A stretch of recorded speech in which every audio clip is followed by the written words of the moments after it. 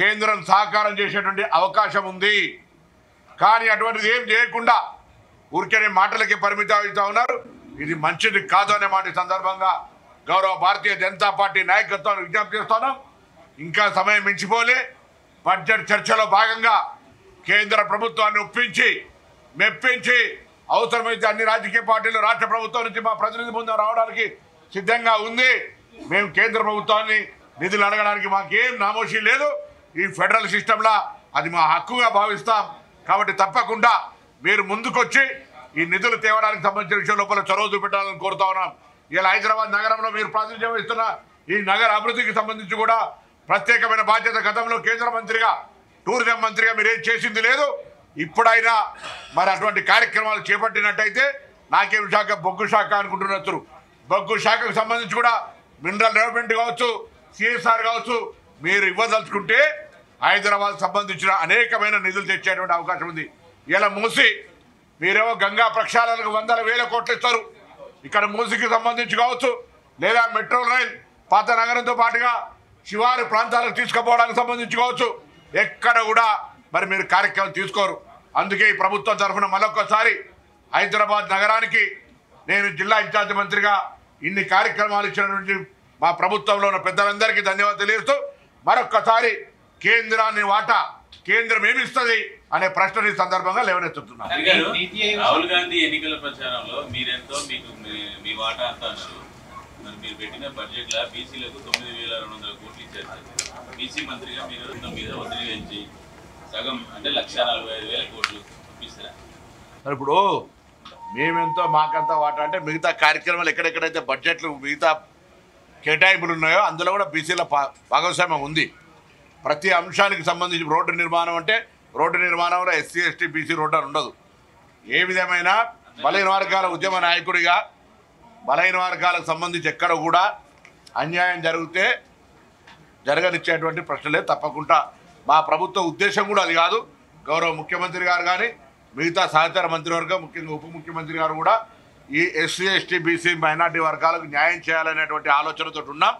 అందుకే రేపు జరిగేబోయే స్థానిక ఎన్నికల్లో కూడా బలహీన వర్గాలకు రిజర్వేషన్కి సంబంధించి కొత్త ఎన్నికల యొక్క ఓటర్ లిస్టు రావాలి.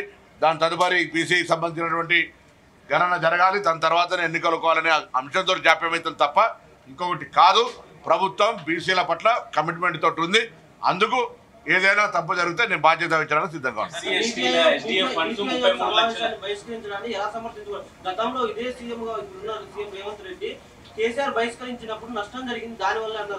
ఆనాడు సహేతుకమైన కారణం ఉందా లేదా? కేంద్రంతో ఢిల్లీలో దోస్తీ గల్లీలకు వస్తే అన్ని బిల్లులకు సపోర్ట్ చేసి ఓన్లీ నీతి ఆయోగ్ బహిష్కరించడం ద్వారా పెద్ద పని చేసినాం అనుకుంటా సరిపోదు. రైతు బిల్లులకు 370 ఆర్టికల్కు జిఎస్టీకి నోట్ల అన్నిటికీ సపోర్ట్ చేసి ఒక నీతి ఆయోగ ఆధార్ కానంత మాత్రాన సచ్యులు కాలేరు.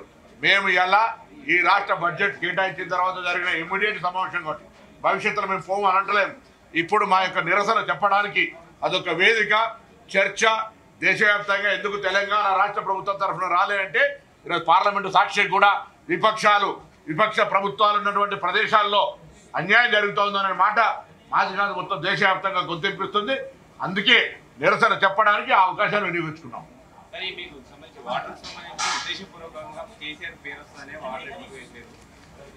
ఇప్పుడు ఆ ఇరిగేషన్ సంబంధించి నిన్న గౌరవ ఇరిగేషన్ శాఖ మంత్రి ఉత్తమ్ కుమార్ రెడ్డి గారు మేము కూడా ప్రెస్ కాన్ఫరెన్స్ పోవాల్సి ఉండే 317 మీటింగ్ వల్ల పోలేకపోయినాం నేను శ్రీధర్ బాబు గారు. కానీ మీ అందరికీ తెలుసు గతంలో మిమ్మల్ని మరి కేసీఆర్ గారు తీసుకుపోయినా లేదా తెలియదు కానీ జర్నలిస్టులను అక్కడ ఎల్లంపల్లి ప్రాజెక్టు గతంలోనే కాంగ్రెస్ హయాంలోనే నిర్మించబడ్డది. ఎందుకు దానికి అంటున్నా అంటే ఆనాడు ఎల్లంపల్లి ప్రాజెక్టు ప్రారంభోత్సవానికి వస్తాన కిరణ్ కుమార్ రెడ్డి గారిని తెలంగాణ వ్యతిరేకంగా వస్తే హెలికాప్టర్ వేలు చేస్తామన్న పరిస్థితులు మీరు ఒకసారి జ్ఞాపకం చేస్తామంటే ఆనాడే ఎల్లంపల్లి పూర్తి అయింది.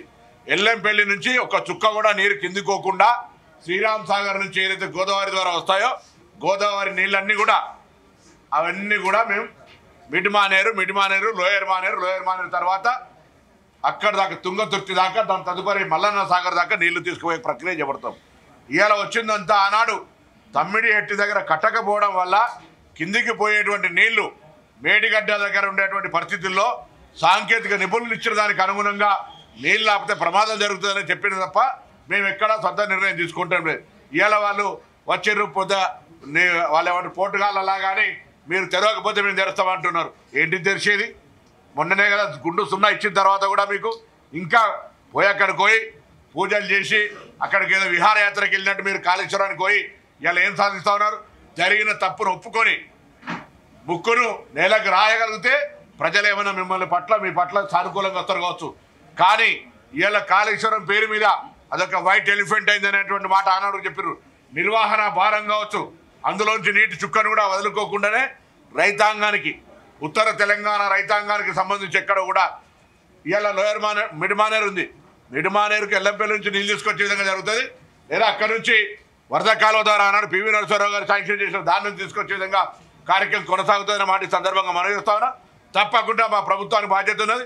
టీఆర్ఎస్ పార్టీ ఎన్ని జిమ్ముక్కులు చేసినా, ఎన్ని విహారయాత్రలు పోయినా, ఎన్ని దమ్ముర గడ్డలు కొట్టినా అదంతా కూడా ఎక్కడ కూడా ఇబ్బంది లేకుండా కాంగ్రెస్ ప్రభుత్వం రైతాంగాన్ని కాపాడే బాధ్యత మేము తీసుకుంటా ఉన్నమాట మనం చేస్తా ఉన్నాం. సరే, అల్టిమేటం ఇస్తే ఇప్పుడు ఇక్కడ పాత హుకుం కాదు, యువరాజు కాదనే ప్రభుత్వం మారిపోయింది. అది తెలుసుకోవాలి. హుకుములకు అల్టిమేటాలకు ఎవరు భయపడేది ఏం లేదు. చూస్తా ఆగస్టు 27 నడుస్తుంది కదా. ఆగస్టు 2 కూడా చూస్తారు. ఆగస్టు 2 కూడా చూస్తారు. గేట్లు దన్నేది ఏం లేదు. అది ఇక్కడ నీళ్ళు ఎత్తిపోస్తారు, మోటార్ లాంచ్ చేస్తారు. గేట్లు దన్నడానికి ఏం లేదు, గేట్లు కాదు.